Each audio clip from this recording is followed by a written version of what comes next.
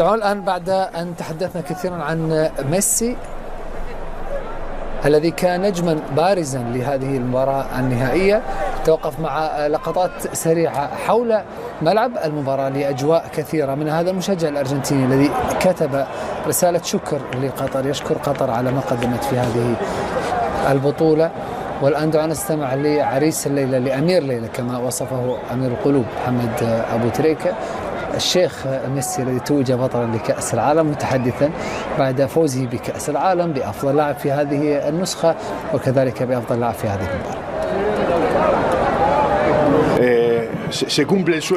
أنت الآن حققت الحلم المنشود، الآن يمكن أن تذهب بالكأس إلى بيتك. نعم هذا صحيح، حققنا الحلم، لا يمكن أن أطلب أكثر من ذلك. أحمد الله على كل ما منحني إياه من أجل أن أفوز بهذه البطولة وهذا اللقب المنشود لزملائي ولكل الشعب الأرجنتيني. نحن الآن أبطال للعالم، وأنت بالطبع تهدي ذلك للفريق والذي عمل بجد وبذل مجهود بدني كبير جدا، وأيضا على أرضية الميدان كل الفريق يستحق هذا الكأس.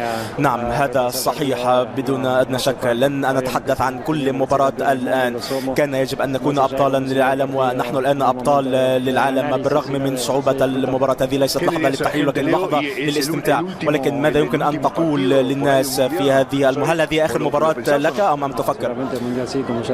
كما قلت من قبل، نحن الآن لدينا أن تفرح وهي تشاهد الأرجنتين تتوج بنجمتها الثالثة والمرة الأولى منذ 36 سنة.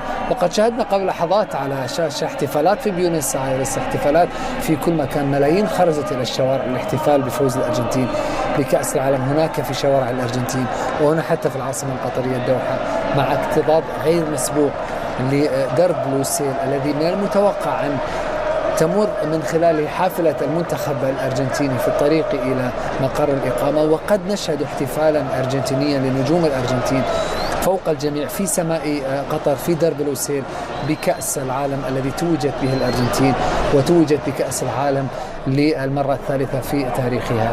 أخذ واحدة من أهم النقاط التي ذكرها جزء من الجمهور وهي الاحتفال أولا ل4 سنوات مقبلة، وهو أمر مهم. عايزين نلحق الاحتفال بتاع درب لوسيل. طيب عايز تروح تحتفل هناك؟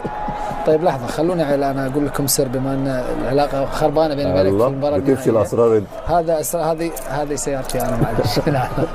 افتح سيارة أبو تريكة، راح أخفي مفتاح السيارة عشان الناس ما تقول فلوسها وايد. هذه ميدالية مفتاح سيارة كابتن أبو تريكة، فيها كأس العالم شوفوا وفيها الأرجنتين، وهو توج الأرجنتين